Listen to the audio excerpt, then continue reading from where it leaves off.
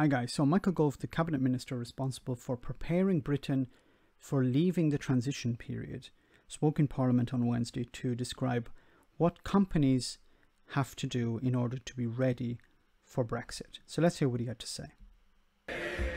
Thank you very much, Madam Deputy Speaker. With your permission, I'd like to make a statement on preparations for the end of the transition period. There are now just 100 days to go until the United Kingdom leaves the single market and the customs union. And this will be a moment of great opportunity, but also of significant change and challenge. It's vital that we all take the steps required to grasp those opportunities and to meet and master those challenges. The government is of course committed to negotiating a new free trade agreement with the EU before the end of the transition period, and those talks are progressing. But whatever the outcome of those negotiations, things will change for businesses and individuals as they trade with and travel to the EU. It is important that we as parliamentarians all understand that and that we all take action to prepare. Whether we secure a good FTA before January or not, whether we get a Canada-style deal or exit on Australian terms.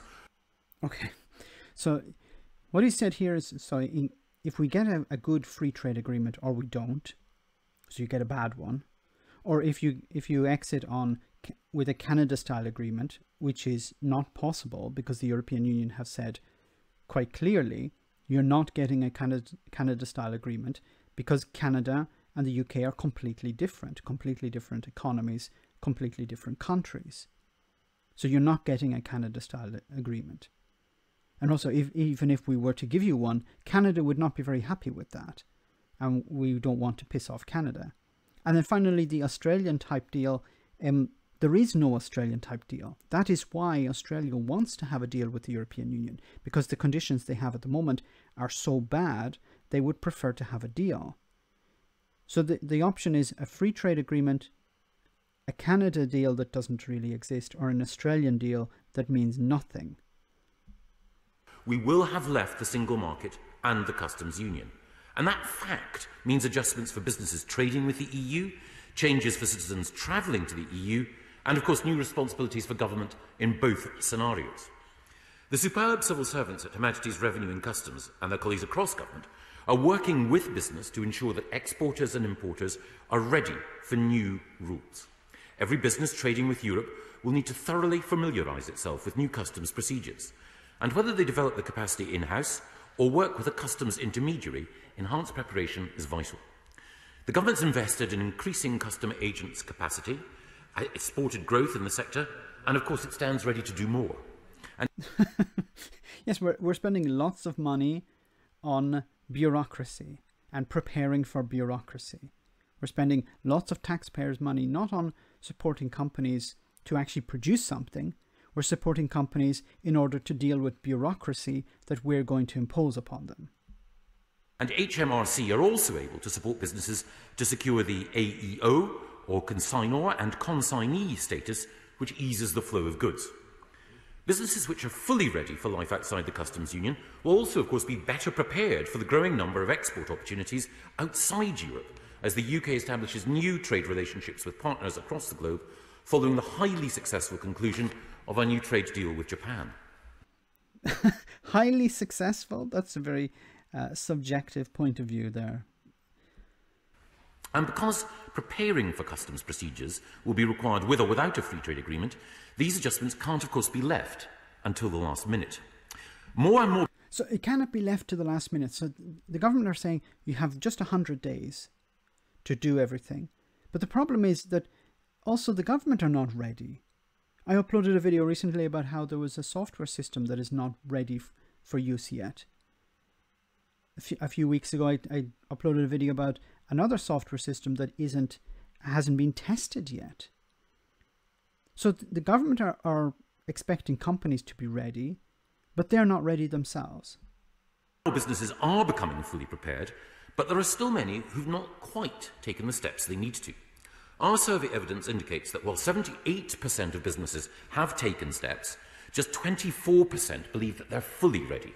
Indeed, 24% believe they're fully ready. 24%.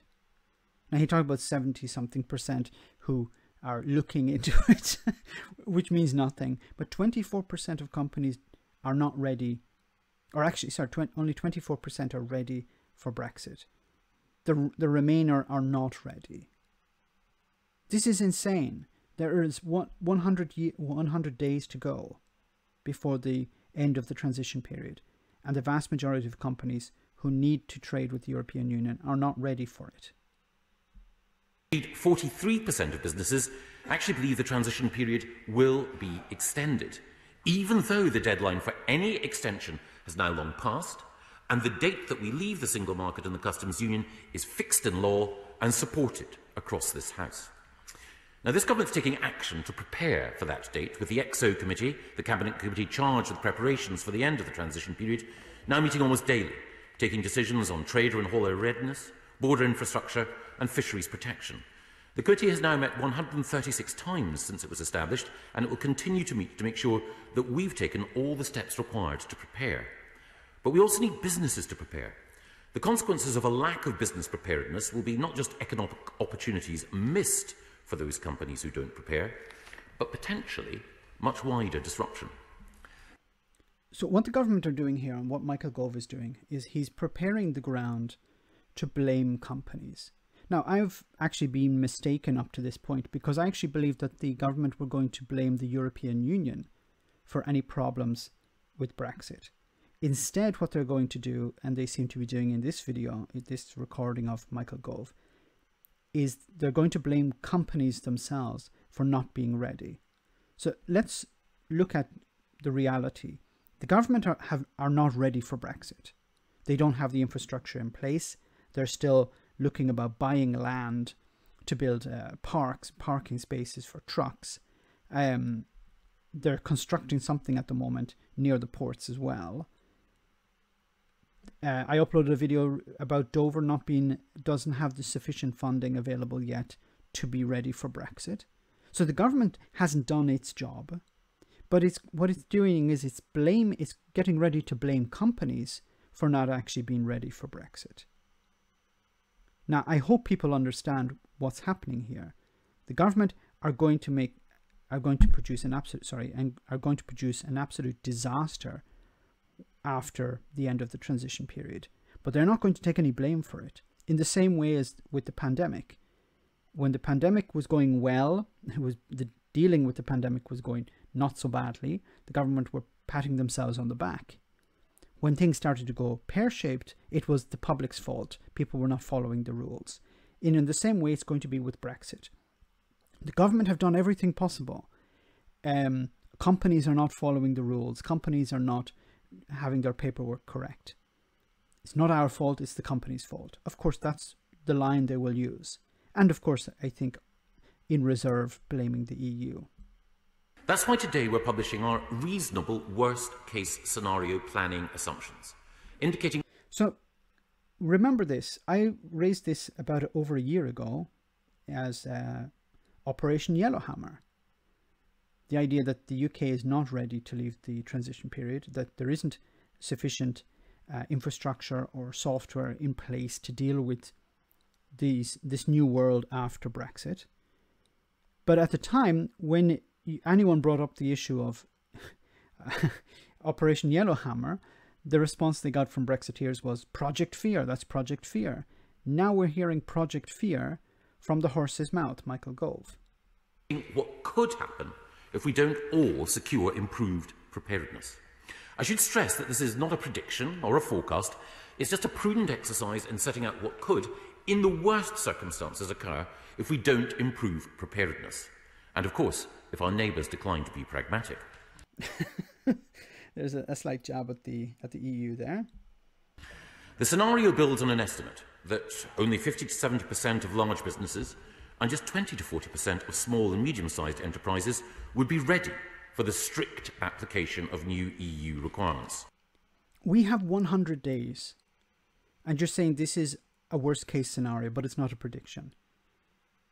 But if you're saying that 20 to 40% of companies are not ready, and this is a worst-case scenario, and there is, this is not a worst-case scenario predicting something 5 years from now. It's not a worst-case scenario predicting something 10 years from now, even 1 year from now. We're talking 100 days. So you should be pretty much on the money when you know about, in respect to what you know. Otherwise, you're talking about something that's out of date. I don't think it's out of date. I think what he's talking about is real. I don't see it changing a great deal between now and Christmas or the end of the year.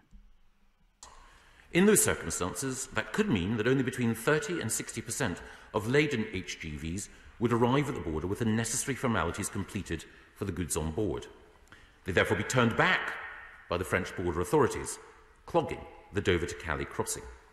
In that scenario, flows across the critical short stake crossings could be reduced by up to 60 to 80% compared to the normal rate, and in such circumstance, that could lead to queues of up to 7,000 HGVs in Kent. So, just to give you a bit of background here, so what he's talking about is what's going to happen is lorries will arrive within the border inside England. So remember, the Brexiteers were about building borders. But I'm going to come to that in a moment as well. There's another ironic part about that. So they're actually also going to build an extra border in England, in Kent. So trucks will have to enter Kent. They'll have to have proper paperwork. If they don't have the paperwork when they enter Kent, they will not be allowed to go further and cross the channel. When they cross the channel, they'll have to make sure that they have their paperwork.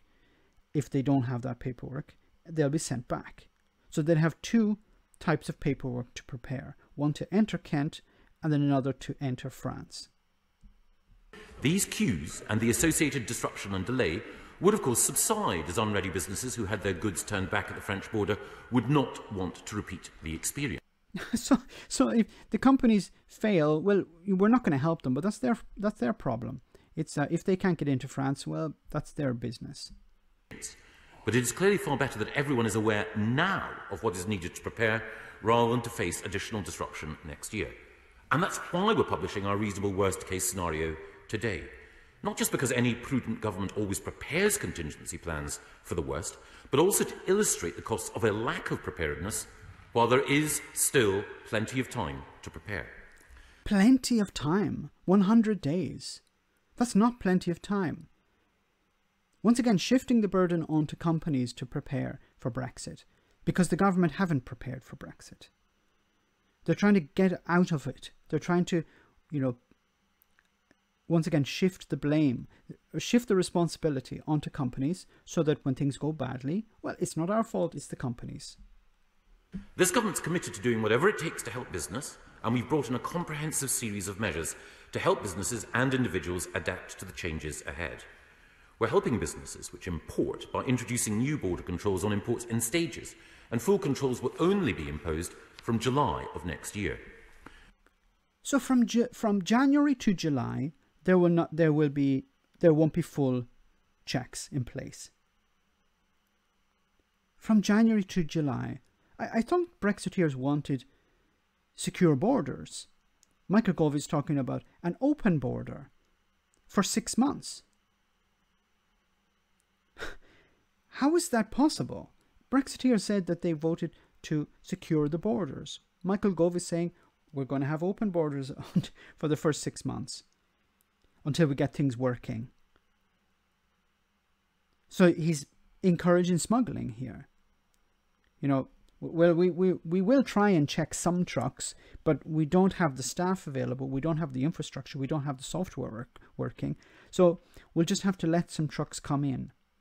Now, there's a huge problem with that. People will say, well, what's the problem? The EU standards are quite good. So if the trucks come in, we're not going to really need to check all of them. We'll just let them pass through without checks. The problem with that is that if another country has a problem with it, which they probably would, they would take it up with the WTO, the holy, blessed WTO that the Brexiteers love so much. And a company with its country could actually sue the UK for not maintaining a border by having an open border, allowing goods to travel across the border unchecked. And then you would have the UK government paying fines with taxpayer money to maintain an open border. We've produced a comprehensive border operating model, which provides a simplified guide, complemented by the work of Gove.uk for business, and we'll be publishing an updated version with more granular detail in coming weeks. Okay, we'll have an updated version in a few weeks' time. So you're saying we have lots of time to prepare for everything, but we need to do it now. And we're going to roll out some tools and software for people to use, but make sure to do it now, even though we don't have it ready yet. And we're going to update it in a few weeks' time. In a number of weeks. How many weeks? Shouldn't people be preparing now? We've invested £705 million in new technology, infrastructure and jobs at the border. And we're ensuring extra personnel. Border Force have recruited more than 1,000 additional staff, with hundreds more being recruited now. Yay, jobs! They're not jobs that actually help the economy. They're not jobs that actually, produce something. But they're jobs, they're bureaucratic jobs. They're great jobs for helping the economy along. Once again, there was nothing written on the side of a bus. Jobs for bureaucrats. Jobs for customs officers. That's the economy we're going to create. And we've also made available more than £80 million in grants for organisations to recruit and train new customs agents to support an expanded customs intermediary sector. And of course, a new network of information and advice sites will help ensure that hauliers are up to speed with their new requirements and the correct paperwork. And of course, they'll be able... Will, the future. This isn't in place yet. And Michael Gove is complaining about companies not being prepared. To check their documentation as export ready using the new Smart Freight web portal. And of course, we've complemented all this activity with a public information campaign to help businesses prepare.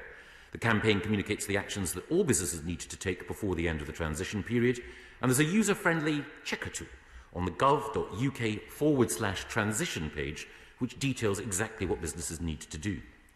Now, the government's taking all these steps to help business prepare because change requires preparation. But change is what the British people voted for. So everyone's to blame, apart from the government. Well, we didn't want Brexit, but the people voted for it, so we had to implement it. If things go tits up, well, it's not our fault, it's the company's fault. Once again, shifting the blame. Because, Madam Deputy Speaker, outside the single market and the customs union, the UK can exercise all the freedoms and flexibilities of a truly sovereign state. Sorry to be interrupting him all the time, but he's talking a lot of crap here. You could do that. You were a sovereign state. You are a sovereign state. There's nothing unsovereign about you. When you were a member of the European Union, you had access to many markets, with very favourable conditions. Outside the common agricultural policy, we can support our farmers better and enhance our natural environment. Outside the common fisheries policy, we can revive our coastal communities and improve our marine environment. That was never a problem. Why did the British government sell off fishing rights to private companies, and also foreign private companies? That wasn't a requirement of the EU. You can't blame the EU for that. You, the Conservative Party, and the Labour Party after that, sold off these fishing rights to private companies. That's why the fishing industry has been destroyed over the last number of decades. We can strike new trade deals, which help developing nations grow faster and lower prices for consumers. We can and lower standards. Develop tailored policies to better support new technologies and to level up our economy. We can invest the money that we can... Level up the economy. We're talking about... Brexit, even with a trade deal, is going to be more damaging to the economy than the pandemic. Just think about that. Think about how much damage the pandemic has done to the British economy. A Brexit with a trade deal would be worse. A Brexit without a trade deal would be catastrophic. Now, I just want to make a very, very important point here. Michael Gove is talking about how great it is that we're leaving the European Union Customs Union, we're leaving the common market. That was never a requirement of Brexit.